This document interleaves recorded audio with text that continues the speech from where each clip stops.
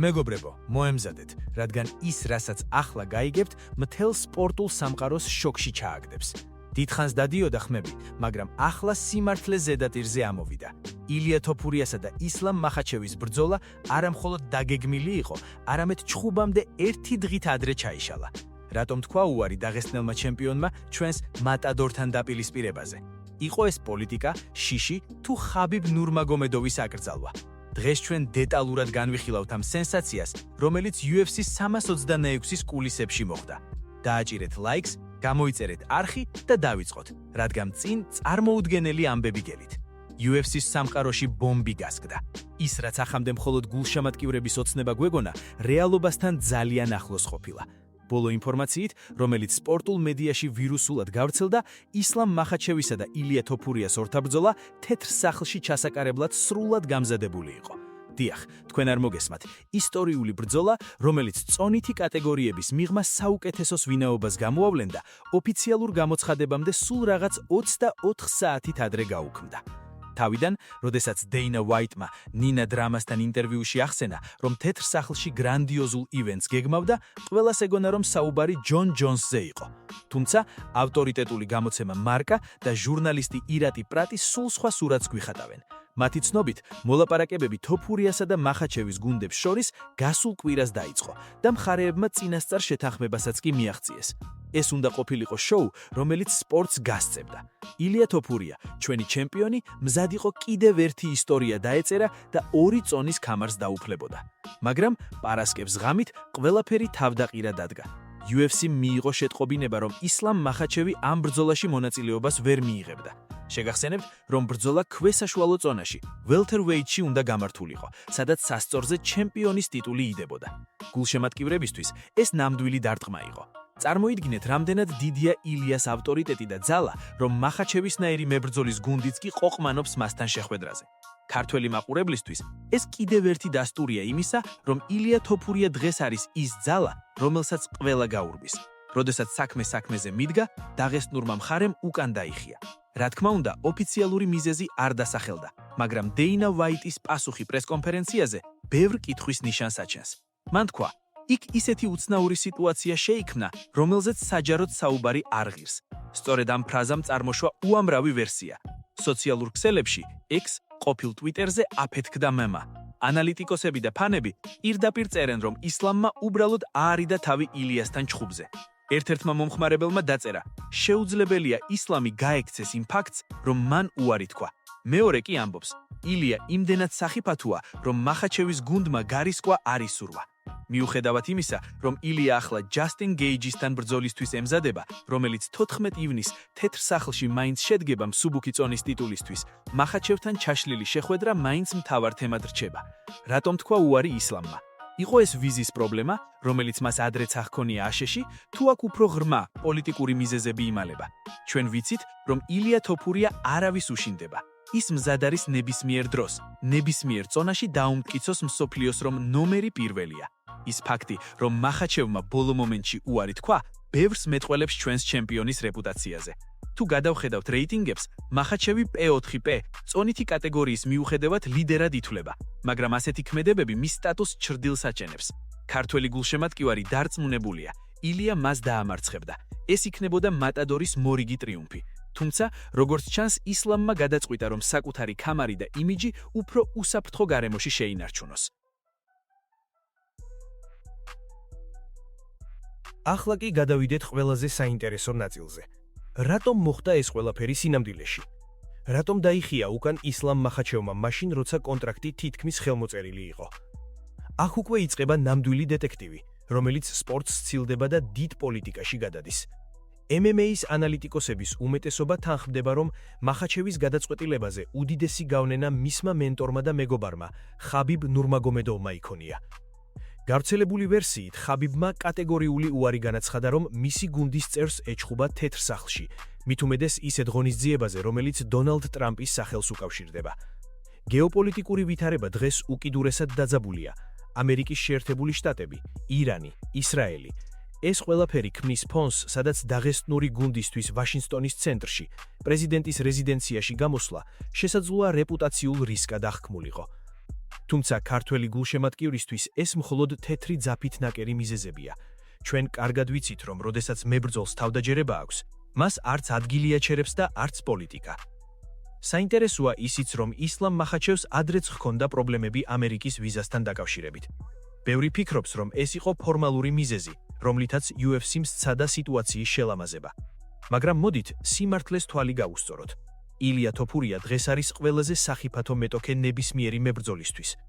ილიას დარტყმის ძალა, მისი ტექნიკა და რაც მთავარია, მისი ფსიქოლოგიური მდგრადობა ნებისმიერ ჩემპიონს აიძულებს ორჯერ დაფიქრდეს, სანამ მასთან ოქტაგონზე შევა. მახაჩევის გუნდმა იცის, რომ ილიასთან წაგება ნიშნავს არამხოლოდ ქამრის დაკარგვას, არამედ იმ მითის მსხრევას, რომ დაღესტნელი მებრძოლები დაუმარცხებლები არიან. დეინა ვაითის სიტყვები უცნაურ სიტუაციაზე სწორედ ამას მიანიშნებს. წარმოიდგინეთ UFC-ს პრეზიდენტი, რომელიც ყოველთვის პირდაპირია, ამჯერად დუმილს ამჯობინებს. ეს ნიშნავს, რომ კულუარებში იმაზე დიდი სკანდალი მოხდა, ვიდრე ჩვენ წარმოგვიდგენია. ბევრმა გულშემატკივარმა სოციალურ ქსელებში პირდაპირ დაანაშაულა მახაჩევი გაქცევაში. ერთ-ერთი ცნობილი MMA ბლოგერი წერდა: თუ მახაჩევი მართლა საუკეთესოა, რატომ არ გამოიყენა შანსი, რომ თეფრ სახლში, ისტორიულ გარემოში დაემარცხებინა ილია თოფურია? პასუხი მარტივია. მას ეშინია ილიას მარჯვენა ხელის, რომელიც ნებისმიერ საძინებს. ქართველი ფანები კი კიდევ უფრო მკაცრები არიან. კომენტარებში ხშირად შეხვდებით მოსაზრებას, რომ მახაჩევს ურჩევნია იჩხუბოს აბუ-დაბიში, სადაც თავს კომფორტულად გრძნობს, ვიდრე ილიასთან ნეიტრალურ ან ამერიკულ მიწაზე. ილია თოფურია კი თავის მხრივ ყოველთვის ამბობდა: მე ვიბრძოლებ ნებისმიერ ადგილას, ნებისმიერ დროს. სწორედ ეს განასხვავებს ნამდვილ ჩემპიონს იმისგან, ვინც მხოლოდ ხელსაყრელ მომენტს ელოდება. უნდა აღინიშნოს ისიც, რომ მახაჩევის მხრიდან ტრავმის შესახებ ინფორმაცია არ გავრცელდა. ეს გამორიცხავს ფიზიკურ მიზეზს. მას რა დარჩა? დარჩა მხოლოდ ფსიქოლოგიური მომენტი და პოლიტიკური თამაშები. ილია თოფურიამ უკვე დაამტკიცა, რომ მას შეუძლია ლეგენდების ჩამოგდება. ალექსანდრე ვოლკანოვსკის მაგალითი ამის დასტურია. მახაჩევსა და მის გუნდმა დაინახეს, რომ ილია არ ხუმრობს. ის არ არის მხოლოდ მორიგი პრეტენდენტი. ის არის ძალა, რომელიც მთელ დივიზიონს აზანძანებს. ახლა ილია ჯასტინ გეიჯს უპირატესდება. ესეც დიდი ბრძოლაა, მაგრამ მახაჩევთან ჩაშლილი შეხვედრა მაინც ყველაზე დიდ კითხვად რჩება. ილია თავის ინტერვიუებში არაერთხელ აღნიშნა, რომ მისი მიზანი არის ისლამის დამარცხება და მეორე ქამრის მოპოვება. ის ფაქტი, რომ UFC-მ ეს ბრძოლა უკვე ერთხელ ჩანიშნა, ნიშნავს, რომ ორგანიზაციას ეს სურს. ადრე თუ გვიან მახაჩევს მაინც მოუწევს ილიასთან შეხვედრა, თუ კი მას სურს თავისი მემკვიდრეობის დაცვა. მაგრამ ამ მომენტისთვის ფაქტი ჯიუტია. ილია მზად იყო, მახაჩევმა კი უკან დაიხია.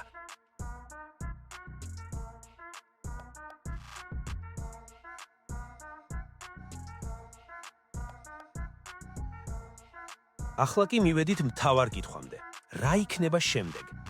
მიუხედავად იმისა, რომ ისლამ მახაჩევთან ბრძოლა ამ ეტაპზე ჩაიშალა, ილია თოფურიას შეჩერება შეუძლებელია. ჩვენმა მატადორმა კიდევ ერთხელ დაამტკიცა, რომ მისი სახელის გაგონებაზეც კი მოქმედი ჩემპიონები და მათი გუნდები გეგმებს ცვლიან. ახლა ილიას წინ ახალი გამოწვევა ელის. 14 ივნის, თეთრ სახლში, ის ჯასტინ გეიჯის დაუპირისპირდება. და მოდით პირდაპირ ვთქვათ, ეს ბრძოლა იქნება ნამდვილი ომი, სადაც ილია კიდევ ერთხელ აჩვენებს მსოფლიოს თავის უპირატესობას.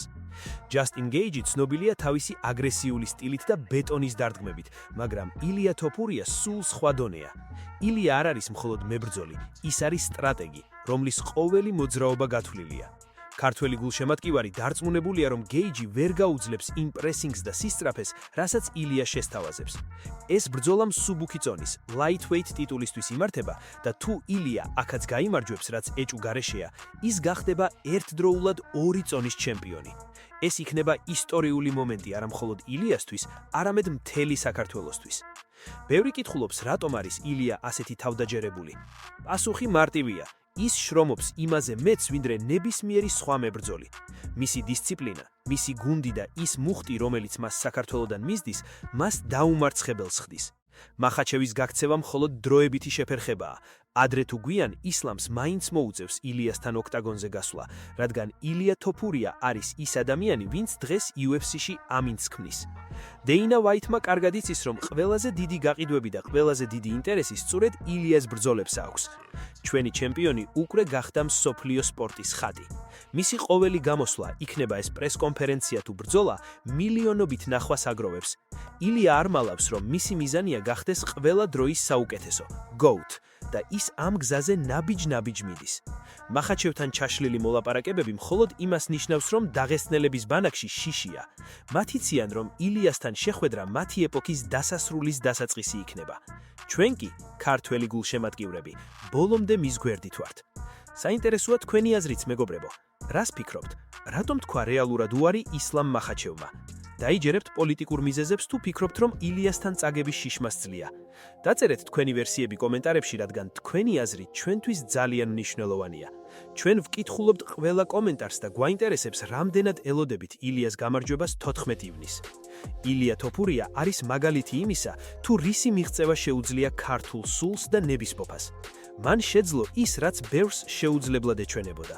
დღეს ის არის UFC-ს სახე და ადამიანი, რომელიც ისტორიას ჩვენს თვალში წერს.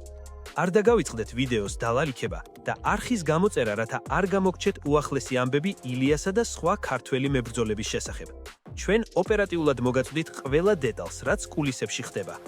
და ბოლოს მინდა გითხრათ, არ აქვს მნიშვნელობა, ვინ იქნება ილიას მეტოქე: მახაჩევი, გეიჯი თუ სხვა ნებისმიერი. შედეგი ყოველთვის ერთი იქნება. ილია თოფურიას ხელს მსაჯი მაღლა ასწევს, იმიტომ რომ ის არის მატადორი, ის არის ჩვენი ჩემპიონი და ის არის ადამიანი, რომელიც იცის როგორ გაიმარჯვოს იქ, სადაც სხვები ნემდებიან. დიდი მადლობა, რომ ხართ ჩვენთან ერთად. მომავალ შეხვედრამდე გამარჯვებებს გისურვებთ.